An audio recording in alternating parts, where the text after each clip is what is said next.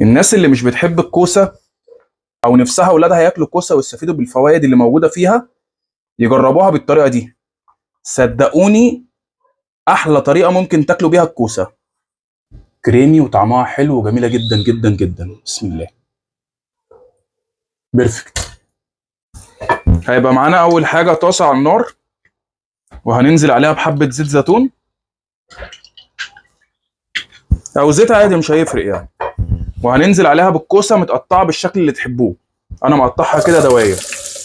هنقلب الكوسه 3 دقايق كده، ونتبلها بحبه فلفل وملح، وننزل عليهم بحبه زعتر ناشف وحبه من النعناع الناشف برضو، ونديها تقليبه 5 دقايق كده.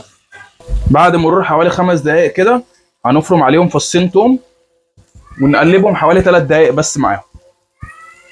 الكوسه كده تمام. هنرفعها وننزل باي حاجه عندنا كده، حله، وننزل فيها بحوالي لتر حليب او لتر الا ربع، ونفضي عليها كيس من خلطه البشاميل بالجبنه ده. طعمها حلو جدا.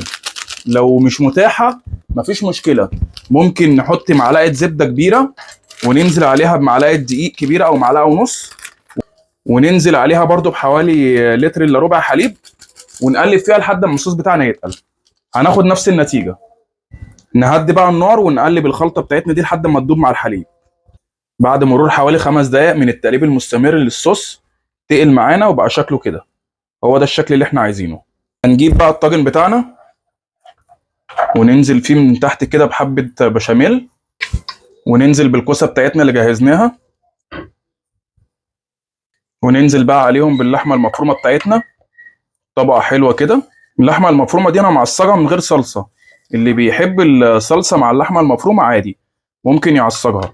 هي طريقه اللحمه المفرومه بسيطه جدا، يعني بصلايه او بصلتين على حسب الكميه اللي هتعصجها، وتشوح البصلايه كده حوالي 5 دقايق، وتنزل فوقيهم باللحمه المفرومه، تقلبها برضه حوالي 5 دقايق كده، وتديها التوابل بتاعتها بقى: ملح وفلفل اسود وحبه جوز الطيب ورشه بهارات، مش اكتر من كده.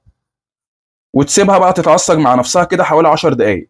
عايز تحط الصلصه بعد ما تعمل كل المراحل دي كده، هتقوم نازل عليها بالصلصه بتاعتك، وتغطي عليها برضو وتسيبها تتعصج براحتها. هننزل بقى بصوص البشاميل بتاعنا. نوزع بقى البشاميل بتاعنا حلو كده في كل الصينيه، وبأي شوكه كده هنعمل فتحات كده عشان البشاميل ينزل في كل حته في الطاجن. هزه خفيفه كده مع خبطتين خفاف، ورشه موتزاريلا من فوق الوش. دي اختياري، اللي بيحب يحط الموتزاريلا يحط، مفيش مشكله، بس هي هتدي طعم ولون حلو قوي للطاجن. هندخلها بقى على الشبكه في فرن متسخن من قبليها، ولو في امكانيه ان احنا نشغل الشوايه مع الفرن نشغل الاتنين مع بعض.